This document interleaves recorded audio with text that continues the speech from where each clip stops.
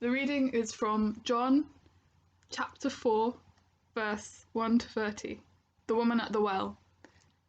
Jesus realized that the Pharisees were keeping count of the baptisms that he and John performed, although his disciples, not Jesus, did the actual baptizing. They had posted the score that Jesus was ahead, turning him and John into rivals in the eyes of the people. So Jesus left the Judean countryside and went back to Galilee. To get there, he had to pass through Samaria. He came into Sychar, a Samaritan village that bordered the field Jacob had given his son Joseph. Jacob's well was still there. Jesus, worn out by the trip, sat down at the well. It was noon. A woman, a Samaritan, came to draw water. Jesus said, "Would you give me a drink of water?" His disciples had gone to the village to buy food for lunch. The Samaritan woman, taken aback, asked, "How come you, a Jew, are asking me, a Samaritan woman, for a drink?" Jews in those days wouldn't be caught dead talking to Samaritans. Jesus answered, "If you knew the generosity of God and who I am, you would be asking me for a drink, and I would give you fresh, living water."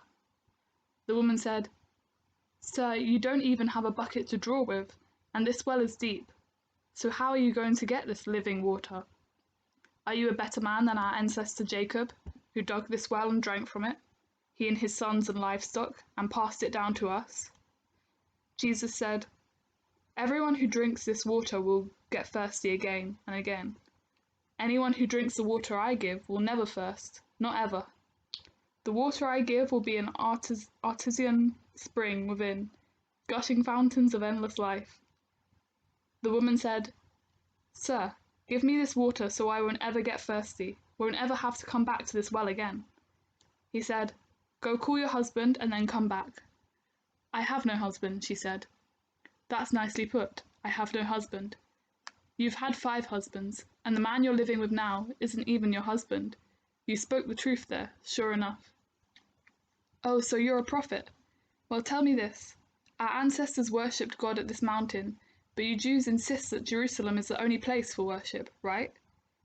Believe me, woman, the time is coming when you Samaritans will worship the Father neither here at this mountain nor there in Jerusalem. You worship guessing in the dark.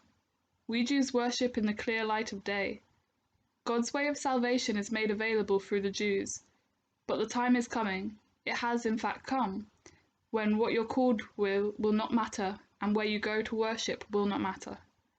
It's who you are and the way you live that count before God. Your worship must engage your spirit in the pursuit of truth. That's the kind of people the Father is out looking for, those who are simply and honestly themselves before him in their worship. God is sheer being itself, spirit. Those who worship him must do it out of their very being, their spirits, their true selves, in adoration. The woman said, "I don't know about that. I do know that the Messiah is coming. When he arrives, we'll get the whole story."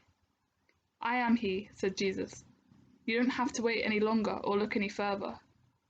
Just then his disciples came back. They were shocked.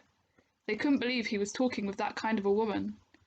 No one said what they were all thinking, but their faces showed it. The woman took the hint and left. In her confusion, she left her water pot. Back in the village, she told the people, "Come see a man who knew all about the things I did, who knows me inside and out. Do you think this could be the Messiah?" And they went out to see for themselves.